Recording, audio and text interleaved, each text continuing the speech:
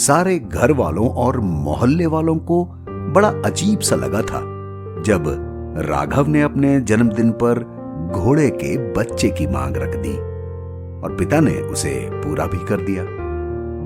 शायद राघव ने अपने पिता से इंद्र के घोड़े उच्चेश्वा की या महाराणा प्रताप के चेतक की कहानियां सुनी होंगी। अब राघव की उम्र उस समय कुल 12 वर्ष ही तो थी। वो अपने अनोखे उपहार को पाकर खुशी से झूम उठा। उसने अपनी जिंदगी की सबसे अनमोल वस्तु पा ली थी। अब उसकी सुबह, दोपहर और शाम बस उसी के नाम होती थी। आपस में दोनों इतने घुल मिल गए थे कि उन्हें किसी अन्य दोस्त या दुनिया की परवाह ही नहीं थी। पढ़ाई में भी उसका मन जरा अब कम लगने लगा।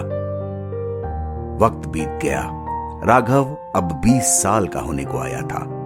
उसका घोड़ा, जिसका नाम उसने बहादुर रखा था, वो भी अब मजबूत कदकाठी का जवान घोड़ा हो गया था। राघव की पिता की मृत्यु के बाद घर के हालात कुछ ठीक नहीं थे। खर्चा चलाने के लिए उसने निर्णय लिया कि अपने घोड़े बहादुर से तांगा चलवाया जाए। उसने बहुत प्यार से अपने घोड़े को तांगे में जोतने का काम किया और तांगा स्टैंड में लेकर आया। हमेशा की तरह उसका ध्यान यही रहता कि कहीं उसके बहादुर को कोई पीड़ा न हो। कुछ ही देर में एक दरोगा ने आकर उसे अपने गांव चलने के लिए कहा। सौदा 100 रुपए में तय हुआ। उसने बड़े प्यार से पुचकार कर अपने बहादुर को चलने के लिए तैयार कर लिया। बहादुर भी अपने राघव की हर बात मानने को तैयार ही रहता था। करीब 10 किलोमीटर का लंबा सफर था। दरोगा घोड़े की धीमी चाल से खींच रहा था और बार बार राघव को घोड़ा तेज चलाने के लिए ताकीद कर रहा था। राघव का दिल बैठा जा रहा था। वो पहली बार बहादुर को तांगे में जोत कर जो लाया था। अब ये बात वो 2-3 बार दरोगा से कह भी चुका था, लेकिन दरोगा बात को अनसुनी कर रहा था। राघव समझ नहीं पा रहा था कि बहादुर को तांगे में जोतने का उसका निर्णय सही है या गलत। वो कभी अपनी गरीबी को कोसता तो कभी अपनी सोच को कि क्या कर बैठा मैं। तांगे के धीरे चलने से अचानक दरोगा का गुस्सा तेज हो गया और उसने वहां पर पड़ी हुई चाबुक उठाकर 2-3 बार घोड़े पर कर दिए। राघव एकदम दर्द से कराह उठा, जैसे वो चाबुक घोड़े पर नहीं उसी पर पड़ी हो।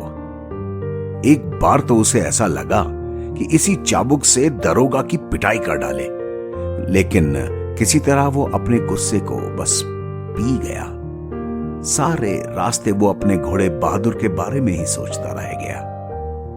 दरोगा के आगे वो बेबस था, वरना कोई और होता तो उसे वहीं उतार फेंकता वो। घर आकर उसने घोड़े को तांगे से अलग किया और उसके स्थान पर ले जाकर खड़ा कर दिया। उसे लगा कि घोड़ा कातर दृष्टि से उसकी तरफ देखे जा रहा है। तुरंत वो जाने क्या सोचकर घोड़े से लिपट गया और बड़ी देर तक बस वैसे ही बना रहा।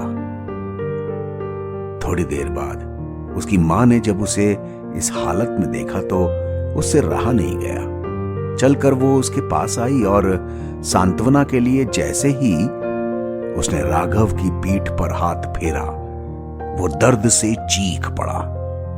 क्या हुआ? उसकी मां ने पूछा। कुछ नहीं, उसने उत्तर दिया।